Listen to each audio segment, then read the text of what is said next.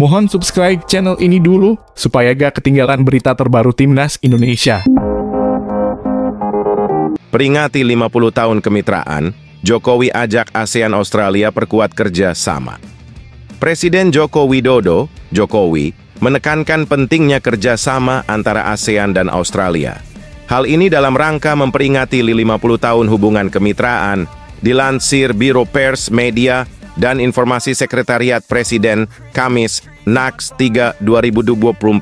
Jokowi menyampaikan hal tersebut dalam sesi pleno konferensi tingkat tinggi KTT khusus ASEAN Australia di Melbourne Convention and Exhibition Centre, Melbourne, Australia.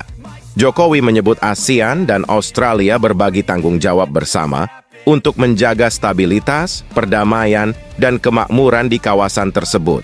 Sebagai mitra wicara tertua, mitra komprehensif strategis, dan mitra penghubung dengan kawasan Pasifik, ASEAN dan Australia sama-sama berbagi kawasan di mana stabilitas, perdamaian, dan kemakmurannya menjadi tujuan dan tanggung jawab kita bersama, ujar Jokowi.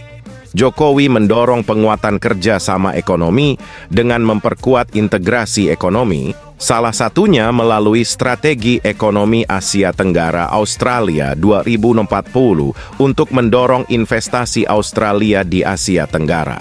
Jokowi juga berharap Australia dapat membuka lebih lebar lagi kesempatan investasi dari ASEAN ke Australia. Kita juga perlu optimalkan beberapa kerjasama, seperti RCEP ASEAN Australia New Zealand FTA dan AOIP ASEAN Outlook on the Indo-Pacific. Saya apresiasi kehadiran PM Albanese pada AOIP tahun lalu di Jakarta. Dan saya harap komitmen Australia di AIPF senilai USD 20,8,1 miliar dapat segera direalisasikan, ungkap Jokowi. Jokowi turut menyorot pentingnya investasi dan dukungan Australia di ASEAN dalam menghadapi perubahan iklim serta kerja sama dalam bidang ekonomi digital. Menurut Presiden, dukungan Australia sangat diperlukan, khususnya dalam bentuk investasi, kemudahan akses pembiayaan inovatif, serta transfer teknologi. Saya juga mendorong pelaku bisnis Australia untuk dukung pembangunan EV ekosistem ASEAN seperti perusahaan nikel Australia Nickel Industries yang telah berinvestasi di Morowali, Sulawesi. Indonesia menentang kampanye hitam dan diskriminatif yang menggunakan dalih lingkungan hidup yang tidak berdasarkan bukti-bukti saintifik, sebutnya. Sri Mulyani, THR PNS 2024. Dibayar full 100%. Ini komponennya. Menteri Keuangan Sri Mulyani Indrawati memastikan tunjangan hari raya, THR, aparatur sipil negara, ASN, termasuk pegawai negeri sipil PNS dan PPPK, beserta TNI dan Polri, akan dicairkan penuh pada 2024. Pembayaran akan dilakukan mulai H10 Lebaran. THR-nya ya Bapak Presiden menetapkan 100%, ungkap Sri Mulyani di Hotel Fairmont, Jakarta, dikutip Rabu, 6/3/2024. Seperti diketahui sejak pandemi COVID-19 hingga tahun lalu, THR tidak penuh 100%. Hal ini mempertimbangkan keuangan negara yang baru pulih dihantam krisis. Kini pemerintah tengah merampungkan aturan sebagai landasan hukum pencairan THR. Diharapkan THR bisa cair 10 hari sebelum Lebaran. Kita akan coba selesaikan sehingga bisa dibayarkan pada 10 hari sebelum Hari Raya, ujarnya. Sebelumnya, Korps Pegawai Republik Indonesia atau Korpri berharap tunjangan Hari Raya, THR, Lebaran 2024 bisa diberikan pemerintah secara full atau 100% setelah sejak 2020 THR yang cair tidak penuh atau komponen perhitungannya hanya setengah. Pada 2020, THR hanya diberikan kepada aparatur negara tertentu, pejabat di bawah eselon 2, serta pensiunan. Komponen THR dan gaji ke-13 saat itu juga diberikan tanpa tunjangan kinerja. THR 2021 diberikan kepada seluruh aparatur negara dan pensiunan meski masih tanpa tunjangan kinerja. Komponennya adalah gaji pokok dan tunjangan keluarga, tunjangan pangan, tunjangan jabatan fungsional umum. Kemudian, besaran THR 2022 dan 2023 diberikan dengan perhitungan gaji pokok, tunjangan melekat, jabatan dan keluarga, dan tunjangan kinerja, TUKIN, sebesar 50%. Kita berharap tahun ini THR-nya bisa 100%. Tegas Ketua Umum Dewan Pengurus Korpri, Zudan Arif Fakrullah, saat ditemui di kawasan Hotel Indonesia Kempinski, Jakarta, Senin 4/3/2024. Namun, Zudan mengaku tak akan memaksakan bila pemerintah tak mencairkan anggaran untuk THR sebesar 100%. Pasalnya, penerimaan pajak diakuinya saat ini memang tengah melandai. Kata Ahmad Sahroni soal isu dirinya hingga Anies maju Pilkada DKI.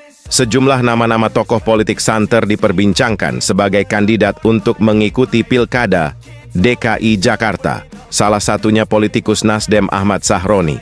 Sahroni menanggapi dengan isu itu dengan mengatakan proses pencalonan gubernur DKI Jakarta masih lama. Enggak lah, Cagup kan namanya masih lama, masih 6 bulanan. Katanya usai menjalani sidang di Pengadilan Negeri Jakarta Pusat atau PN Jakpus Selasa, 5 Maret 2024. Menurut Sahroni, ada calon potensial lain yang kemungkinan maju menjadi DKI 1. Tokoh itu adalah Anies Baswedan. Enggak tahu, Anies kali maju lagi, ujarnya. Sebelumnya, Sahroni dan Ridwan Kamil beradu balas di media sosial. Ridwan Kamil mengunggah video di Instagram pribadinya, Ridwan Kamil yang memperlihatkan ia sedang mengenakan kemeja kotak-kotak biru dan membawa ransel dengan tulisan, "Lagi jalan kemana, Kang? OTW Jakarta nih." Sementara itu, Ahmad Sahroni juga mengunggah foto dengan tulisan dari Tanjung Priok untuk Jakarta dalam akun Instagram pribadinya, Ahmad Sahroni 88. Unggahan keduanya ini memunculkan spekulasi terkait maju Pilkada DKI Jakarta 2024. Pernyataan cerdas Prabowo soal BUMN, ini faknya.